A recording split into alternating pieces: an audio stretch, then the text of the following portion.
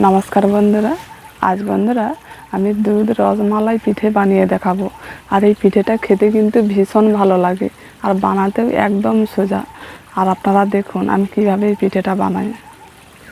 বন্ধুরা, এই পিঠে বানানোর জন্য এখানে আমি 1 বাটি চালের গুঁড়ো নিয়েছি। এখন ডোটা তৈরি করে নেব।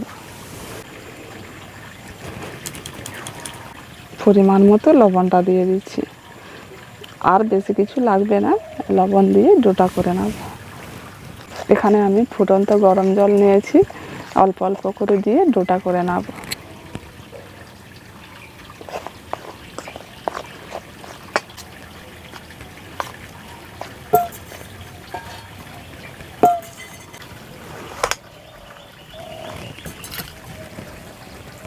পুলি পিঠে করলে যেরকম ডোটা করে নিতে হয় সেই রকমভাবে ডোটা করে নিতে হবে। এইভাবে করে একটু ডোটাকে ভালো করে মেখে নিতে হবে।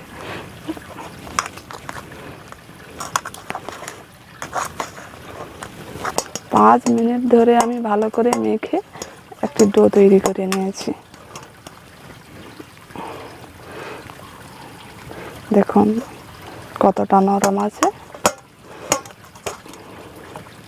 এটা ঢাকা দিয়ে কিছুক্ষণ রেখে দিচ্ছি।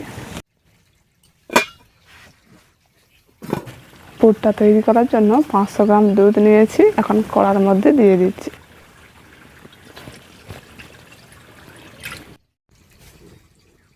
দুধটা এখন হালকা গরম হয়েছে।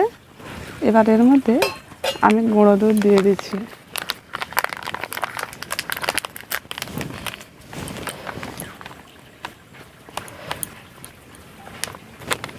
কিছুটা দিয়েছি, পরে বাকিটা কাজে লাগাবো।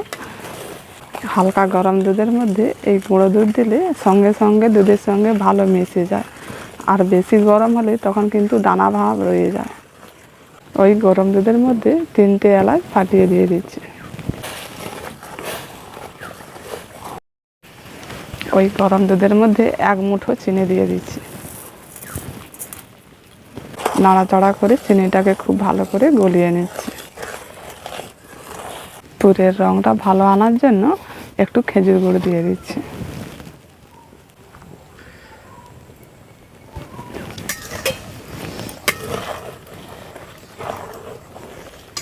এখন কত সুন্দর কালারটা হয়েছে। এবার আমি এই দুধটাকে কিছুক্ষণ ধরে একটু ফুটিয়ে নেব। কিছুক্ষণ দুধটা ফোটানোর পর এখন দুধটা আরও একটু ঘন হয়ে গেছে দেখুন। এবার আমি এর মধ্যে অল্প করে চালের গুঁড়ো দিয়ে দিচ্ছি। এইভাবে করে একটু ছড়িয়ে ছড়িয়ে দিতে হবে, তাহলে দানা ভাব থাকবে না।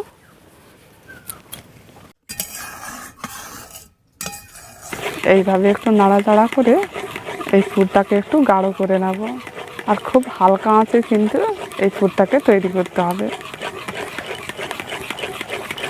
এখন ক্ষীরের পুরটা তৈরি হয়ে গেছে। এবার আমি নামিয়ে নিচ্ছি। এখন দেখুন কতটা শুকনো শুকনো হয়ে গেছে। এই রকমভাবে শুকনো করে পুরটা তৈরি করতে হবে।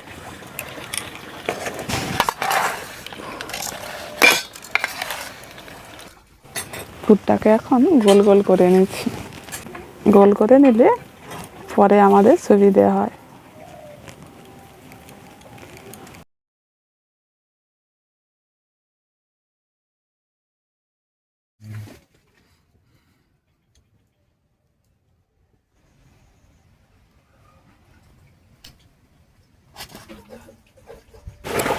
এখন সব ক্ষীরের পুরটাকে গোল করে নিয়েছি। এবার পিঠেটা বানিয়ে নেব।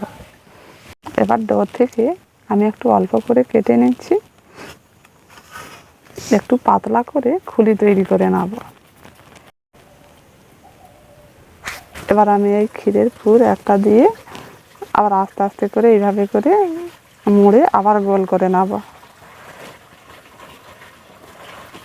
যাতে না পুরটা বেরিয়ে যায় সেই রকম সাবধানে করতে হবে। এখন আমার একটা পিঠে তৈরি হয়ে গেছে। আবার অল্প করে একটু কেটে নিচ্ছি, আবার একটা খুলি তৈরি করে নিয়েছি। ক্ষীরের পুরটা এইভাবে করে দিয়ে এটাকে আস্তে আস্তে করে একটু চিপে দিতে হবে, পুরটা যাতে ঢাকা হয়ে যায়। এইরকম করে সব পিঠেগুলো তৈরি করে নেব।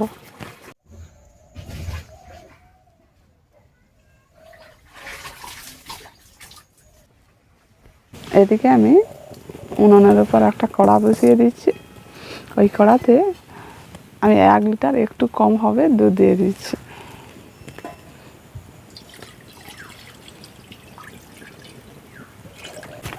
দুধটা এখন হালকা গরম হয়েছে। এবার বাকি যে গুঁড়ো দুধটা রেখে দিয়েছিলাম সেটা এখন দিয়ে দিচ্ছি।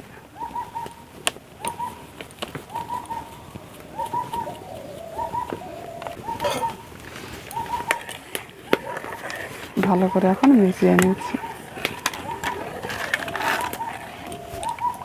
এবার ওই দুধের মধ্যে আবার 1 মুঠোর মতো চিনি দিয়ে দিচ্ছি।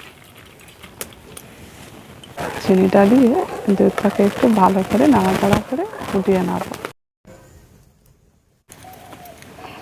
এখন সব পিঠেগুলো আমার তৈরি হয়ে গেছে আর দুধটা এদিকে বেশ ফুটতে শুরু করে দিয়েছে।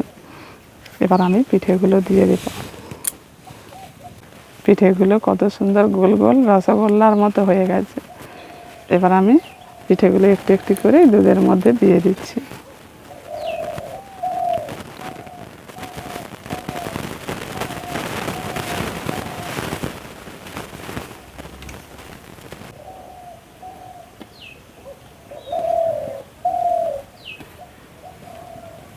এখন সবগুলো দেওয়া হয়ে গেছে।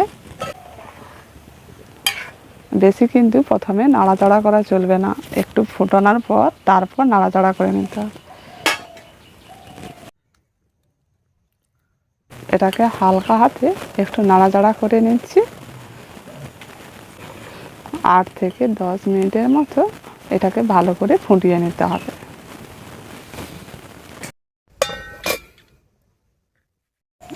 এখন দেখুন বন্ধুরা 10 মিনিট ফোটানোর পর এখন দুধটা অনেকটা কমে গেছে আর পিঠেগুলো দেখুন খুব সুন্দরভাবে ভেসে আছে, পুরো ক্ষীরের রসমালাই হয়ে গেছে। এবার এটাকে নামিয়ে নিচ্ছি।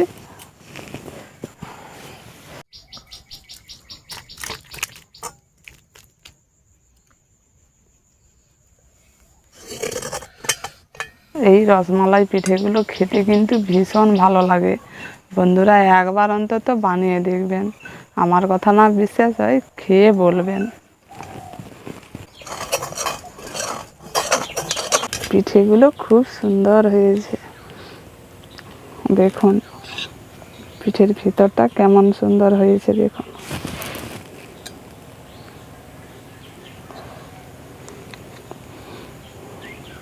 কত সুন্দর দেখতে লাগছে আর খেতে কিন্তু দারুণ লাগবে।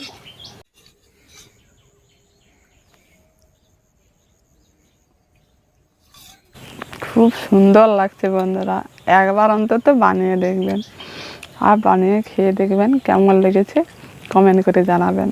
আজকের মতো এখানেই শেষ করছি।